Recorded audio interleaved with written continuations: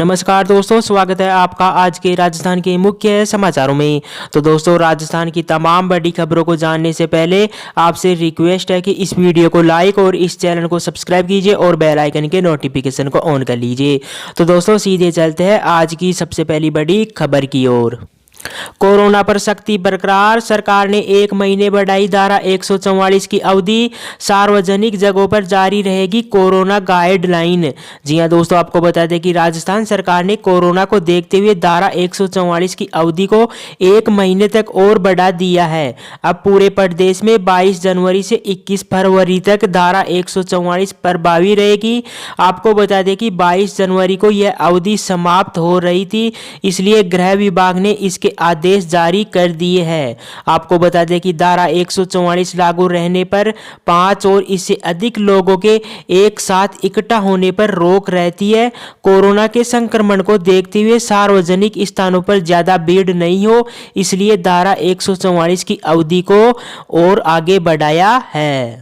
के बाद दोस्तों, अगली बड़ी खबर, राजस्थान में छापेमारी में सुरंग देखकर हैरान हो गई आयकर टीम। जी हां दोस्तों, आपको बता दें कि आयकर विभाग ने जयपुर के सिल्वर आर्ट समूह, चौरड़िया समूह और गोकुल समूह पर छापेमार कार्रवाई की। इस कार्रवाई के दौरान सिल्वर आर्ट समूह के यहां अधिकारियों को गुप्त सुरंग मिली। इसमें जेवरात से भरी करीब 1 दर्जन बोरियां मिलने की जानकारी भी सामने आई है। इस समूह के यहां दस्तावेज में ब्याज का कारोबार करने की बात भी सामने आई है। वहीं ज्वेलर सिल्वर आर्ट समूह के यहां 525 करोड़ के अघोषित लेन देन से जुड़े दस्तावेज भी मिले हैं। बताया जाता है कि जौहरी और उसके स्टाफ ने पहले तो आयकर अधिकारियों को स्टॉक रजिस्टर रखे जाने से इनकार कर दिया, लेकिन बाद में एक गुप्त ताला खोले जाने पर सुरंग की जानकारी हुई। सुरंग में एक पेन ड्राइव और कुछ पुराने जमाने के बही खाते भी मिले हैं, जिनमें बहुत छोटे छोटे अक्षरों में रकम के लेन देन का हिसाब भी लिखा हुआ था। इसमें कालेधन से जुड़े डिजिटल डेटा को भी हार्ड डिस्क में छिपाकर रखा गया था।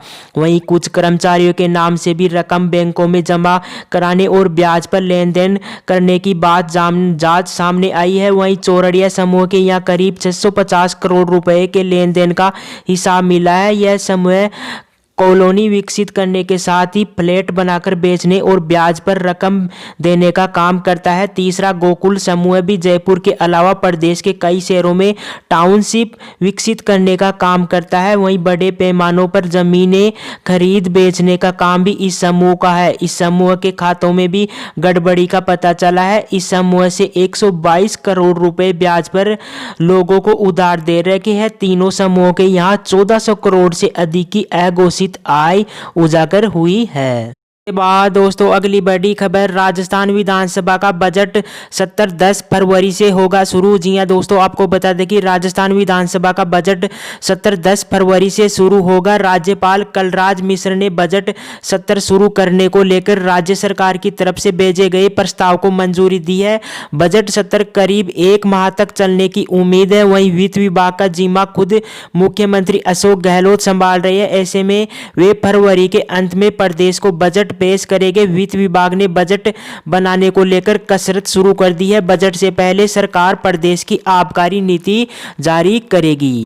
के बाद दोस्तों, अगली बड़ी खबर, परिवहन मंत्री प्रताप सिंह खाचरियावास ने कहा सभी रूटों पर शुरू की जाएगी ग्रामीण परिवहन सेवा। जी हां दोस्तों, आपको बता दें कि परिवहन मंत्री प्रताप सिंह खाचरियावास ने कहा कि राजस्थान रोडवेज प्रदेश की लाइफलाइन है और लोगों का रोडवेज पर बहुत ज्यादा भरोसा है। वहीं उन्होंने कहा कि रोडवेज ने कम दुर्घटनाओं में पूरे प्रदेश में पहले स्थान प्राप्त करके गोल्ड मेडल प्राप्त किया है। रोडवेज सबसे कम एक्सीडेंट करने वाली निगम है, जो देश में नाक के बराबर दुर्घटनाएं करती है। इसी के साथ ही खाचरियावास ने कहा कि रोडवेज सहित रोडवेज में बिना टिकट यात्रा करने वाले यात्रियों को भी अब फाइन भरना पड़ेगा। उन्होंने कहा कि बिना टिकट काटे जो कर्मचारी बसों का संचालन करते हैं, उनके खिलाफ सख्त कार्रवाई की जा रही है। आगे भी सख्त कार्रवाई की जाएगी। खाचरियावास ने कहा कि रोडवेज में पहली बार लगभग 900 बसें ब्लू लाइन की खरीदी गई थी। वहीं अगले 6-7 दिन में 50 इलेक्ट्रिक बसें रोडवेज में शुरू की जा रही है। यह बसें जयपुर से दिल्ली अजमेर मार्ग पर चालू की जाएगी और अब यह बसें बीकानेर हाउस तक भी जा पाएगी। इसी के साथ ही खाद्य श्री ने कहा कि ग्रामीण रूटों पर जहां कोई भी यातायात का साधन नहीं है, वहां पर विधायकों से ऐसे रूटों की जानकारी प्राप्त की जा रही है और यहां पर जल्द ही परमिट जारी करके यातायात के साधन शुरू किए जाएंगे।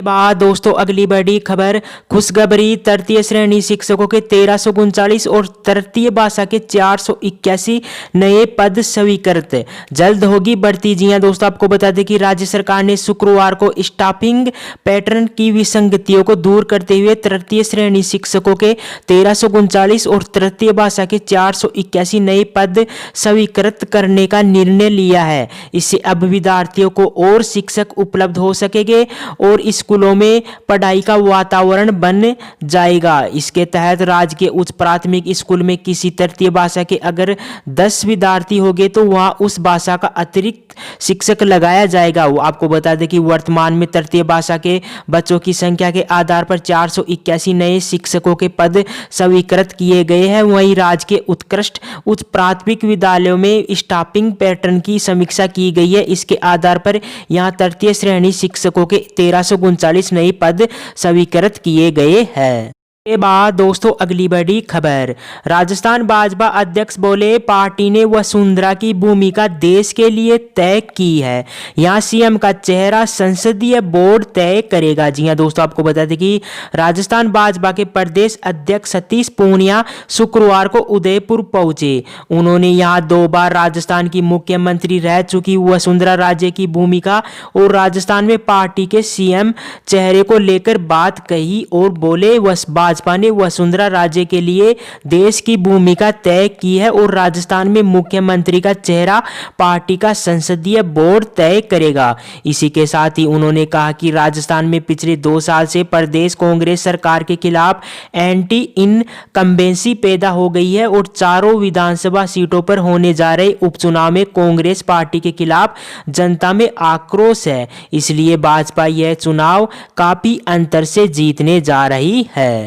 के बाद दोस्तों अगली बड़ी खबर, दिल्ली आगरा और अजमेर रूट पर अगले सप्ताह से चलेगी इलेक्ट्रिकल बसें, किराया वाल्वो से भी कम होगा। जी हां दोस्तों, आपको बता दें कि राजस्थान रोडवेज आम लोगों के लिए जयपुर दिल्ली और जयपुर अजमेर के बीच इलेक्ट्रिक बसों का संचालन शुरू करेगा और ये बसें अगले सप्ताह से चलाने की तैयारी में है।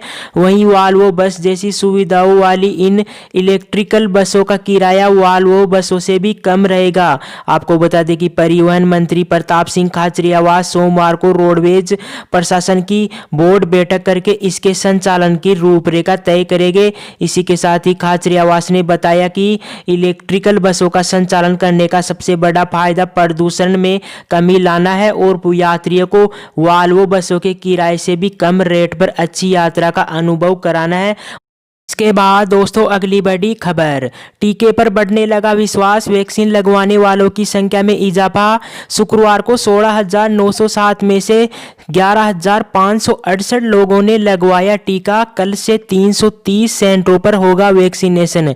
जी हां दोस्तों, आपको बताते हैं कि राजस्थान में कोरोना वैक्सीन लगवाने वालों की संख्या में 19 जनवरी की तुलना में इजाफा हुआ है। शुक्रवार को पूरे राजस्थान में 16,907 में से 11,568 लोगों ने वैक्सीन लगवाई है, जो 68.48% है। आपको बता दें कि पूरे राजस्थान में जिलेवार वैक्सीनेशन की बात करें तो सबसे ज्यादा अजमेर में 101.57% और सबसे कम प्रतापगढ़ जिले में 39% लोग ही वैक्सीन लगवाने पहुंचे हैं। वहीं चिकित्सा एवं स्वास्थ्य विभाग की रिपोर्ट को देखें तो आज यानी शुक्रवार को प्रतापगढ़ के अलावा जालोर, डूंगरपुर और बाड़मेर ही ऐसे जिले रहे हैं जहां वैक्सीनेशन 50% से नीचे रहा है। वहीं राजधानी जयपुर में 64.40% लोगों को वैक्सीन लगाई गई है।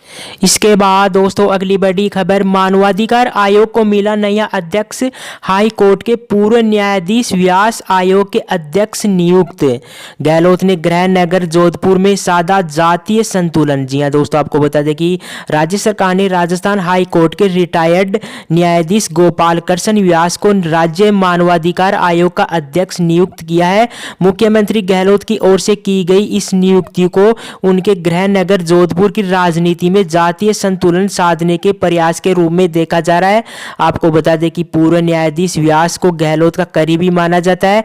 ऐसे में पहले से कयास लगाए जा रहे थे कि गहलोत उनके अनुभव का लाभ उठाते हुए कोई महत्वपूर्ण जिम्मेदारी सौंपेंगे।